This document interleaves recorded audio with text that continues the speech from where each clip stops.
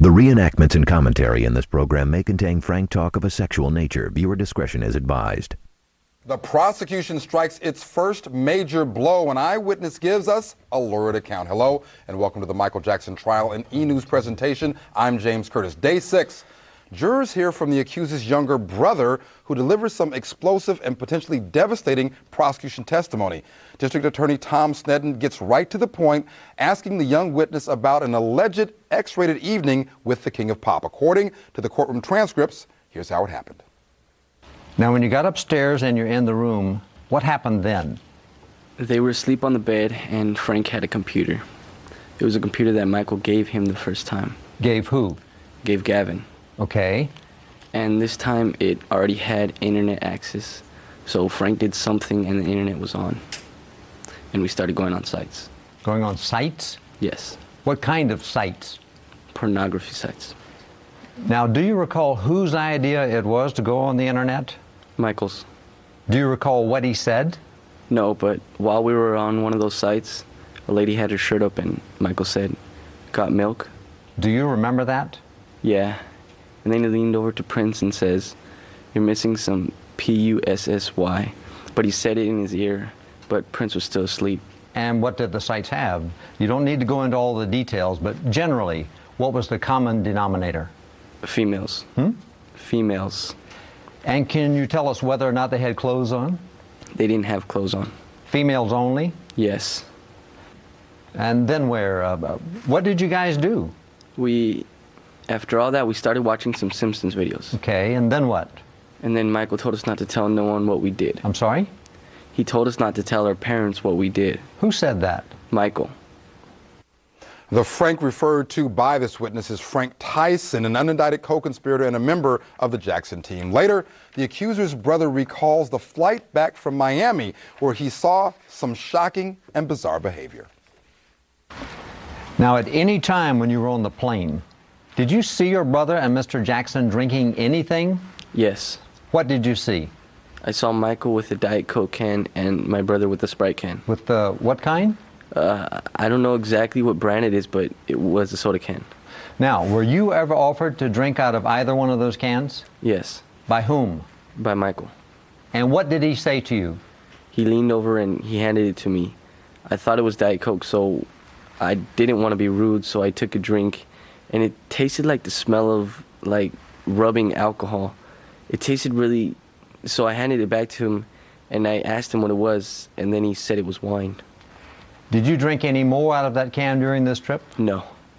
Tell me what you saw your brother and Mr. Jackson doing during the trip.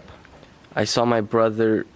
After a while, he didn't feel too good, so my brother leaned over on Michael's chest, and I saw Michael's head licking my brother's, the top of his head.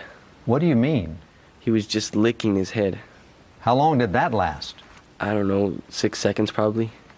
Did you notice any change in the behavior of Mr. Jackson during the flight? Objection, leading. Overruled. Really weird. What do you mean, really weird? Like, just didn't make sense. Who? Michael and my brother. That testimony, Ricky Kleeman, leads to some other more pointed testimony later on, but let's deal with this first and take the big picture.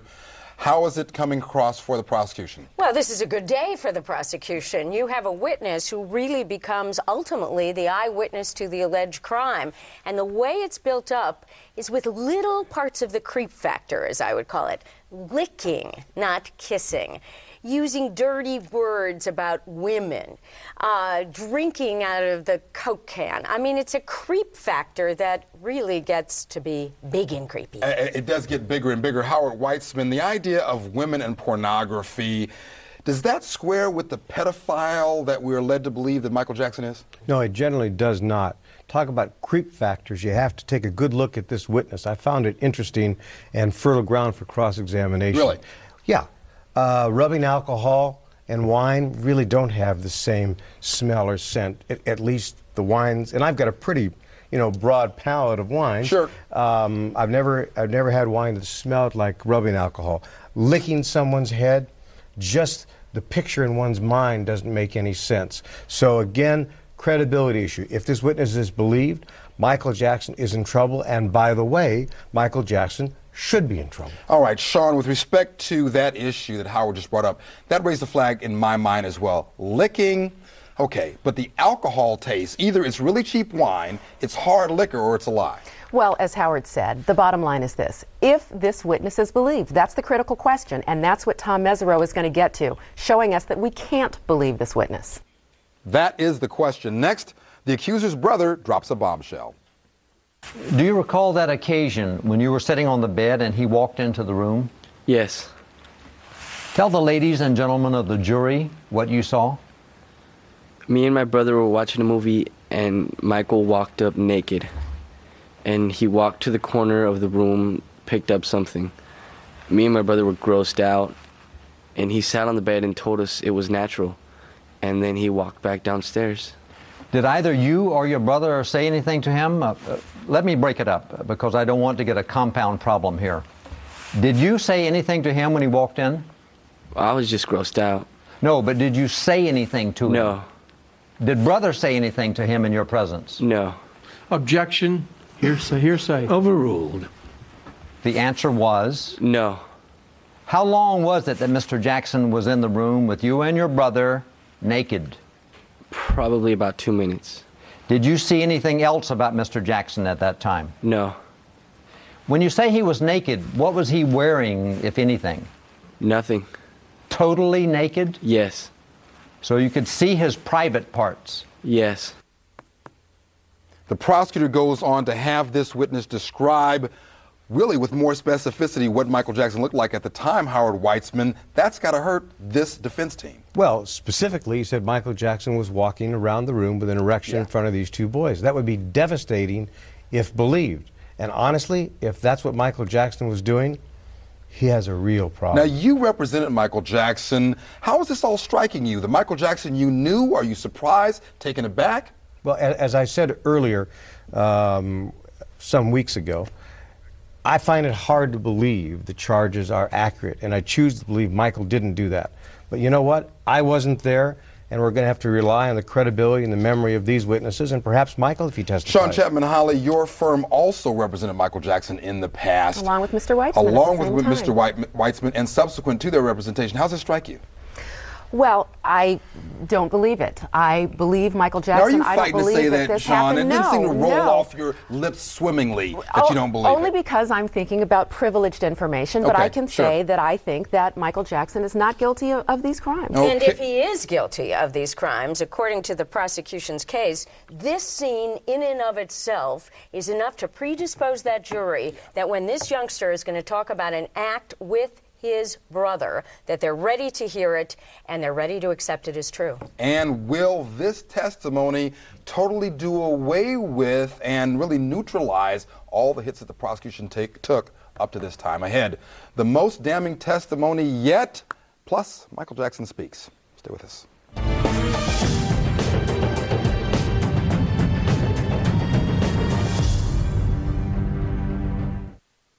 The reenactments and commentary in this program may contain frank talk of a sexual nature. Viewer discretion is advised. Welcome back. District Attorney Tom Sneddon pushes forward. The accuser's younger brother provides more shocking allegations about life at Neverland. Here's what the jurors heard according to the courtroom transcripts. Where was the suitcase located? I mean, how did you ever look at the suitcase inside of it? Yes.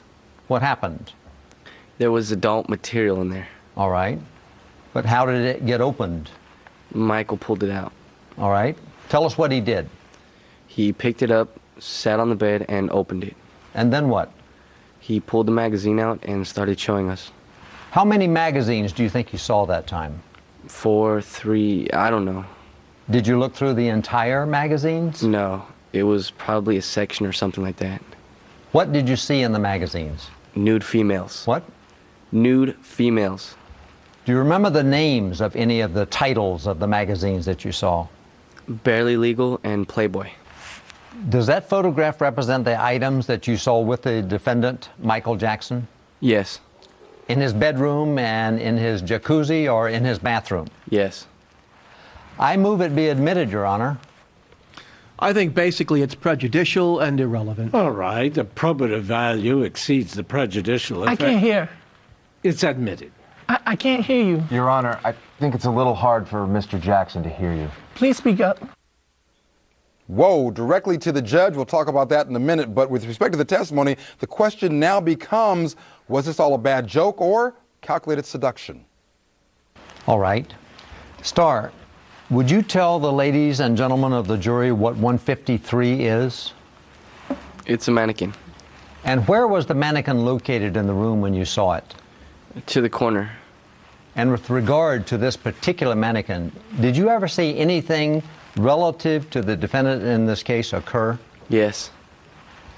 Tell the ladies and gentlemen of the jury what you saw. He was, one time, he was jerking around and he grabbed the mannequin and he was pretending like he was having intercourse with it. And where did that occur? On the bed.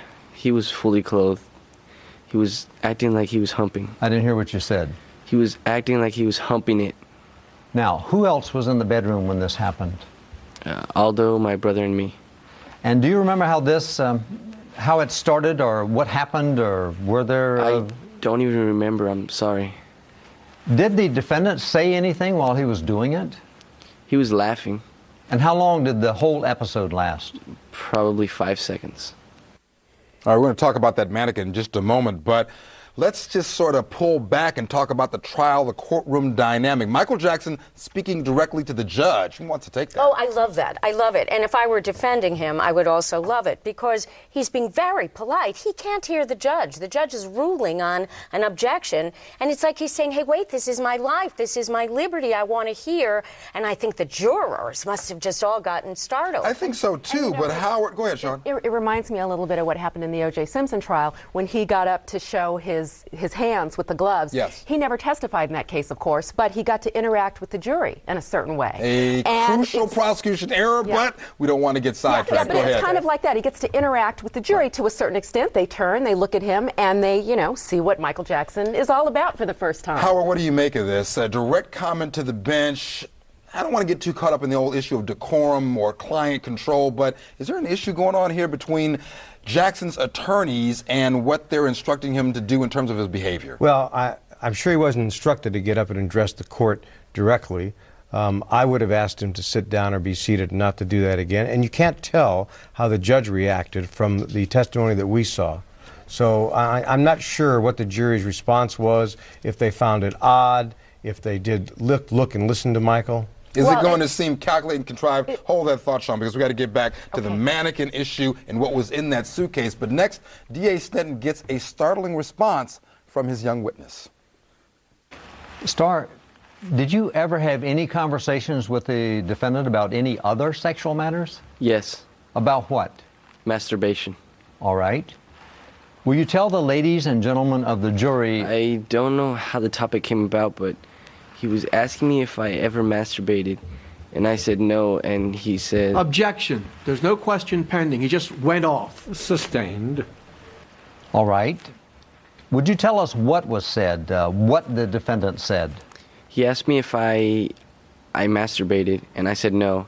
He then said to me that everyone does it, and you should try it. It's okay, and all this stuff. Were you the only one he asked that question of? Yes. Well, yeah, yes. And when you said no, did he say anything else? Yeah, he said it's okay and everyone does it and you should try it. That's what he said. Was there anything else said besides that? No. Out of that, the accusation at the heart of this case. Let's go back. You were at the door, and the door what? The door's kind of locked, so I pushed it and it opened. So I went halfway to where the computer table used to be, and I saw directly into the bed, and I stopped. And my brother was outside of the covers, and I saw Michael's left hand in my brother's underwears. Now, at that time, could you see what the defendant was wearing? Socks, underwears, and an undershirt. Now, could you tell what kind of underwear it was? No. I mean, I'm sorry. No. With regard to your brother, what was he wearing? I can't quite remember what he was wearing. Do you remember what you could see of him? Was there part of him that he didn't have anything on? Yeah, I know he had a shirt and he had his socks. I think he had pants or underwears on. I don't remember. All right. Now, you said you saw his hand. Now, when you say in his pants, and who are you talking about? Michael. All right. When you saw that, did you see what, if anything, he was doing? He was masturbating. What do you mean by that? He was rubbing himself. And how could you tell that? Because he had his hand in his pants and he was stroking up and down. Did you see anything else about the defendant while he was doing that? No. That's some potentially explosive and powerful testimony, Howard Weitzman, for the prosecution team. What does Tom Mesereau do on cross-examination? Does he have a prayer here? Well, he has more than a prayer. This is what cross-examination is all about. Okay. When you think about the profile of a pedophile, and then you listen to what the testimony was, you have magazines, girly magazines, adult magazines, basically, as the young man was coached to say. You have Michael Jackson allegedly humping a mannequin, not consistent with pedophilia. And then you have, to me, an unbelievable scenario. Given the elaborate security we've been told about by Mr. Sneddon, the young man sneaks up the stairway. Michael leaves the door open when he supposedly has his hand in the pants of the victim. Right. Now that's big. Who sleeps through part of this, by the way. According to his brother, he says he was snoring sort of, but Ricky, that's a great point, I think. Obviously, if he's a pedophile, he's not trying to get caught, and he does have that elaborate system in his house, according to published reports. Well, according to published reports, but then all of us can get careless from time to time when kids have the run of that area of the house. What we have to think about here is the difference between truth, as it appears to the jury, and what may appear to be fiction. Where you may get jurors to think it's truthful are the 3 M's. We're talking about magazines, masturbation, and a mannequin. Okay. And all of those activities described by this youngster appear to be very adolescent. They do. Just like what young boys might want to do when they're alone. And that leads us perhaps to jurors being prepared to believe the allegation of molestation is truthful. Perhaps, but I want to catch up on 2 points that Howard made with you, Sean. The idea of coaching and the idea of consistency with pedophilia. Let's take the coaching part first. As attorneys, we understand why Howard made that statement, but explain it to us. What are the indicators to you as a skilled trial attorney that there may have been coaching here? Well, we certainly don't expect this witness, who is 15, to use words like adult material. Okay. Obviously, that's something that Mr. Sneddon or someone in the district attorney's office told him to say. Or suggested, or he picked it up perhaps in an interview. It doesn't mean malicious conduct on the part of the prosecutor necessarily. No, but it means that they're working very closely together, and Mr. Sneddon has told him what he wants to hear. Well, and what he wants to hear is adult material. Well, see, I disagree. Let me just defend the prosecution here just one time. You know as well as I do that when you're talking to your witness and you're preparing your witness, the witness may pick up terms, especially when they're young witnesses, not necessarily planning terms in their mind, but kids pick up terms. Come on. Well, of course they do. And, of course, that's absolute fuel for Tom Mesereau. And that's the most obvious of all. Kids don't use adult material. Even the fact of the use of the word erection. And he says, by the way, that's his term. The kid owns that term. So, yes, there may have been coaching. Well, that's for Mesereau to use that engine of truth of cross-examination to ferret it out if he can. Oh, the shadows of the McMartin preschool case that went down the tubes because of too much adult contact with very young witnesses, working to the detriment of their believability. Still ahead, descriptions of the alleged behavior that you may just find, literally, folks, we're not joking around, too graphic for your young children to hear. But stay with us.